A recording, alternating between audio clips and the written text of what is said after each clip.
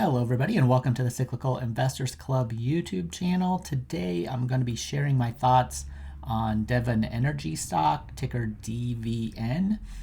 Someone asked me about this just the other day, and since I own this one, I thought I should probably come out and kind of explain my reasoning behind it. So that's what this video will be about. As always, this is not individual investing advice. This is just how I analyze stocks. So earlier this year, in January, I made a video on Occidental Petroleum and posted it on the YouTube channel. That's the last buy video for a stock that I posted, that I remember anyway. And in that video, I made the case for why I decided to buy Oxy. Well, at the same time I bought Oxy in the full Cyclical Investors Club service at the first of the year, this was a New Year idea. I actually bought a double position in Oxy in January and a single position in Devon. And with Oxy, the reason I decided to make a YouTube video on Oxy instead of Devon was there was sort of a Warren Buffett put with Oxy. I typically take like a deep cyclical strategy with oil stocks. And this time I really didn't quite do the way that I normally would. But I felt more comfortable talking about Oxy because there was kind of a floor to it if there was a recession or anything where Warren Buffett was coming in buying, at least a little bit of a floor.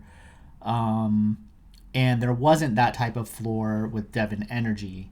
And since I didn't feel like I was buying it like the absolute bottom of a cycle, I thought it would be too hard for me to like explain all the ups and downs and ins and outs of my thinking behind Devon on YouTube, because in the full Cyclical Investors Club service, people kind of know what I'm doing and they know the whole portfolio, and they understand my strategies, and it's just easier for me to kind of make my case that way.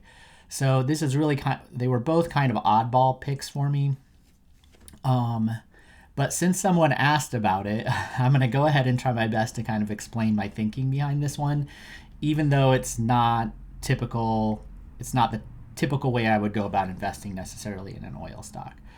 So now if you do want to see the typical way that I would go about investing in oil stocks in general, if you go way back in the Wayback Machine to 2021, in early 2021, I made a video explaining why Valero and its Holly Frontier, now it's FHF Dino, ticker Dino, why I bought those. And in those videos, I explained they were really bottom picked, bottom of the cycle type picks. So I actually bought these in December, like right around here, I think, of 2020. Maybe it was November. Yeah, it was in November. It was like right in here. And I made the video a little bit later in January at one point, like right in here. And so you can see that that's much more near the bottom. I've taken profit since then after a 100% return. So it's up 200% now. But if we look at the big picture here of when that purchase was made, we get maybe I'll take these earnings off for just a second. Oh, maybe I can't. EPS. There, just so we can look at the stock price. It gives a little clearer picture here. So if you look at these cycles, they had a big down cycle here after the recession in 2008 and 9. And then they had this big down cycle that occurred during COVID. There was the initial spike. I actually bought at least one of them. I think I might have bought Valero here too. So I bought it in March during the first one, and then I bought it again down here on this double dip. And if you look at this, you can just see very clearly I'm thinking this is like the bottom of a cycle, or close to the bottom of a cycle, close enough, right? Where that's like normally how this is supposed to work, okay? But that's not how it's working this time. So that's why I just wanted to point that out. And if you go watch those videos, you can kind of see me explain what's going on there. And if you watch the Oxy video, you can get more context on this whole situation. So there are a couple of reasons that I decided to go with Devon, even though it's not probably one of these big bottoms like this. Like this is like a super cycle down cycle. We had the fracking boom. It kind of hung on for a little while here. The industrial recession came, knocked it down pretty good. And then COVID was just like this kicking them when they're down type of a thing. Well, since then, the world has changed. We're basically in deglobalization. We have now the market is apparently taking seriously what's happening in the Middle East. I don't know why it didn't before. And there's threats to global supplies. Enemies like Russia, our big oil producers, some other kind of more complicated relationships with different oil producing states. And then you also have the issue of U.S. politics where Americans really tie inflation, and they let's put it this way: when gas is expensive, they get really grumpy, right? And they get pissed off at whoever's in charge. So there can be political consequences to higher oil prices in the U.S. But what's happened is we've just pumped like crazy in the U.S. So we released oil from the Strategic Petroleum Reserve. I think that was some point back in 2002. I took a family trip in the summer of 2002, and I do not have a gas guzzler, and it was quite expensive. Yeah, it was almost exactly during this peak here. So oil has come down, and gasoline prices have come down since then. But all these things can make it more expensive. The only reason it hasn't gotten more expensive is because the U.S. has been pumping like a lot of oil. And when you put all these things together, where we need to fill up the strategic reserve, oil's supply around the world is definitely a threat. It just seemed to me like there's a lot of risk associated with oil, especially with inflation. If when the price of oil goes up, which is what happened in 2008, right before we collapsed. See, these earnings are delayed, but the stock price shows oil is up to, I think, 150 a gallon, and Goldman Sachs said it was going to 200, and that kind of marked the peak.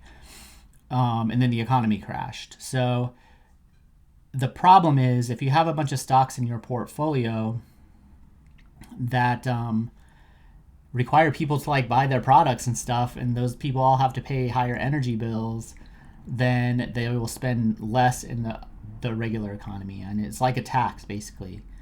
And I didn't have any energy exposure because I thought the risk of a down cycle was pretty big. Risk of recession was pretty substantial once student loans and everything started getting paid back. And that was kind of true. I mean, we see that there's a down cycle in these guys' earnings happening right now. The stock price fell almost 50% off these peaks here. So the down cycle's happening, but the risk of it stopping and the risk of external factors driving the price of oil and fuel higher, and then the portfolio risk of not having any protection in that area or any exposure to that, which I didn't, all led me to say, okay, normally I want to buy down here, but we might not get down there.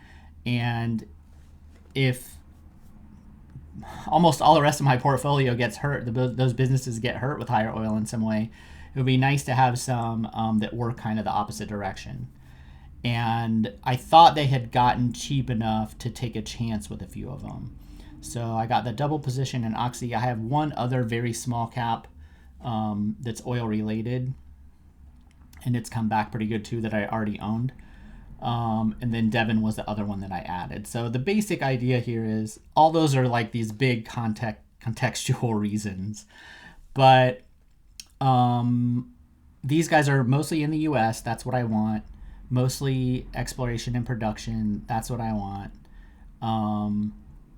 And I just felt like that was a good strategic place they usually earn money, you know, even in the down years, they barely lose any money. So that's fantastic for a cyclical. So they're relatively steady earnings. If you go back to the last time, even if just these earnings level out here, the last time, you know, they were trading in the 70s, right? High 60s and 70s when oil was at the similar price. So, and the stock was almost 50% off its highs. So I bought it in the new year. So it was right in here somewhere. So maybe 40% off the high of $79.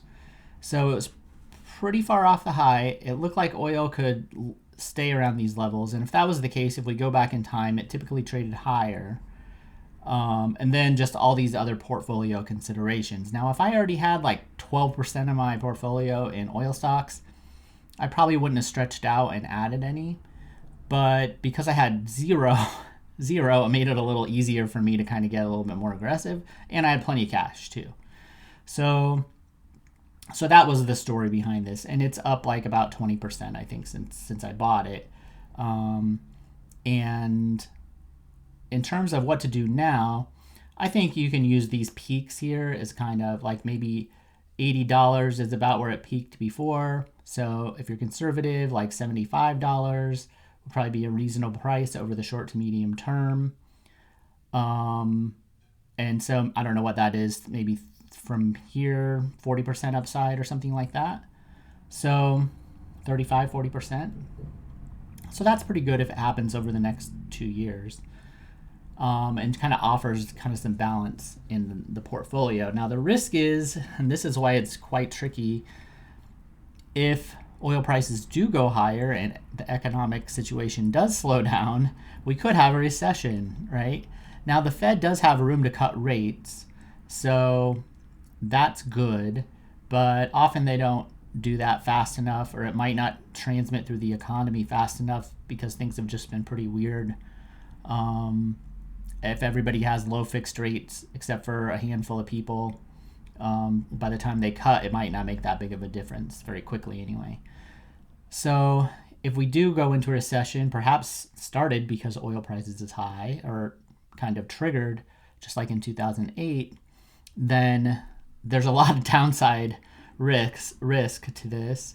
So if we go back here, you know, even if you bought, I don't know, maybe you bought here, like after that dip, you know, I mean, you would have been, I'm not even going to pick the bottom, you know, you would have had a 50% decline. So if it traded back down to these levels, that's a 50% decline, and that's what you could lose. So that's one of the reasons that I wasn't, you know, too aggressive telling people about this without all the extra context that went into it.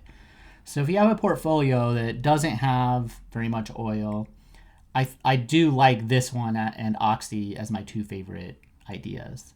And then just keep in mind that, at least with Devon, if I thought we were tipping into recession, then I would take profits because it probably won't hold up in that situation. It's kind of contextual on what else is going on in the world, but that's how I would probably look at it. So, okay, hopefully that helps anyone who's thinking about Devon. I own it. I do like it, but there's a whole lot of caveats that go along with it. If you found this useful, just hit the subscribe and like button. And if you have a request you'd like me to do an analysis, usually I do a very different style of analysis on the channel, but sometimes, you know, it's just, I just share what I'm thinking.